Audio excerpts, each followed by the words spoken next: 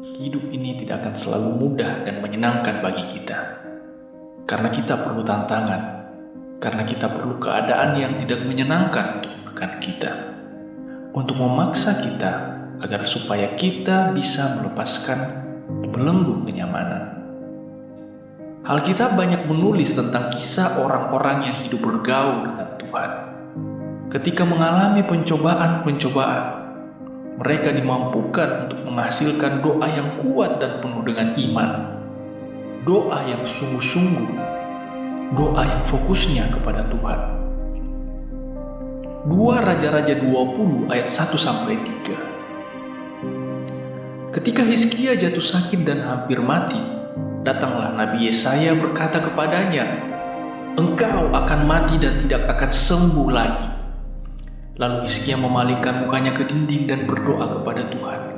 "Ah Tuhan, ingatlah kiranya bahwa aku telah hidup di hadapan-Mu dengan setia dan tulus hati, dan telah melakukan apa yang baik di mata-Mu." Kemudian menangislah Hizkia dengan sangat.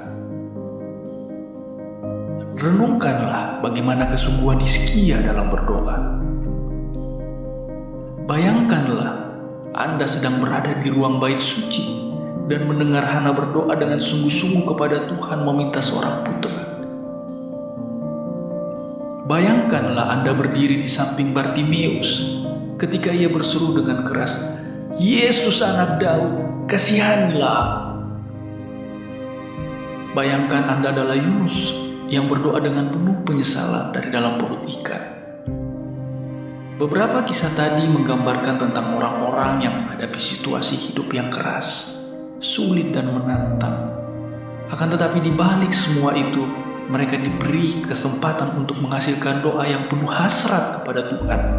Dan lebih daripada semua itu, Alkitab ingin menyatakan bahwa Allah sanggup menjawab doa dan menolong umatnya seturut dengan kerelaannya.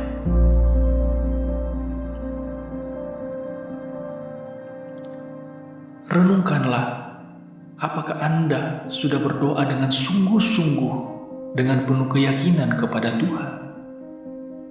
Apakah Anda pernah menyadari bagaimana gairah Anda dalam berdoa saat semuanya baik-baik saja? Dan kelihatannya cara kita berdoa sangat berbeda ketika kita berada dalam masa yang sulit.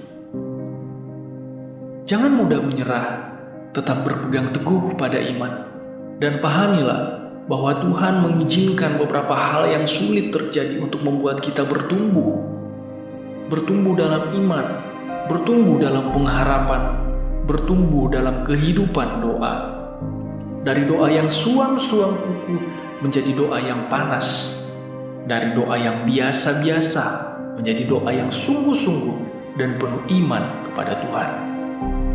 Tuhan mengizinkan penderitaan bukan untuk meremukkan, tetapi untuk membentuk kita.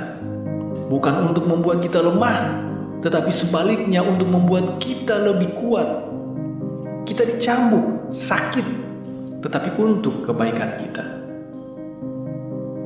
Roma 8 ayat 28-29. Kita tahu sekarang bahwa Allah turut bekerja dalam segala sesuatu untuk mendatangkan kebaikan bagi mereka yang mengasihi Dia, yaitu bagi mereka yang terpanggil sesuai dengan rencananya. Sebab semua orang yang dipilihnya dari semula untuk menjadi serupa dengan gambaran anaknya, supaya ia, anaknya itu, menjadi yang sulung di antara banyak saudara. Ya, dikatakan bahwa Allah turut bekerja dalam segala sesuatu untuk mendatangkan kebaikan. Jadi segala sesuatu yang diizinkan terjadi oleh Tuhan, apapun itu, adalah baik bagi kita, supaya kita menjadi serupa dengan gambaran Yesus. Ketika kita diselamatkan, ketika kita menerima Yesus Kristus dalam hati kita tidak secara otomatis terlepas dari masalah hidup. Kita tidak secara otomatis sempurna dalam sifat dan karakter kita. Saat kita lahir baru, kita adalah bayi rohani. Dan dalam proses menuju kedewasaan rohani, kita akan terus ditempa dan dimurnikan, termasuk kehidupan doa kita. Semua orang ingin hidup dengan tenang, senang, dan penuh sukacita. Tidak ada manusia yang hidup di muka bumi ini mau menderita dengan berbagai kesulitan. Tidak mengherankan ada gereja-gereja tertentu yang tiap minggu khotbahnya hanya menekankan tentang hidup berkelimpahan dan sukses. Bahwa percaya Yesus Kristus tidak akan mengalami kesulitan. Mari kita renungkan sejenak. Apakah mungkin iman kita akan bertumbuh di dalam hidup yang berkelimpahan? Apakah mungkin pengharapan kita akan bertumbuh dalam hidup sukses?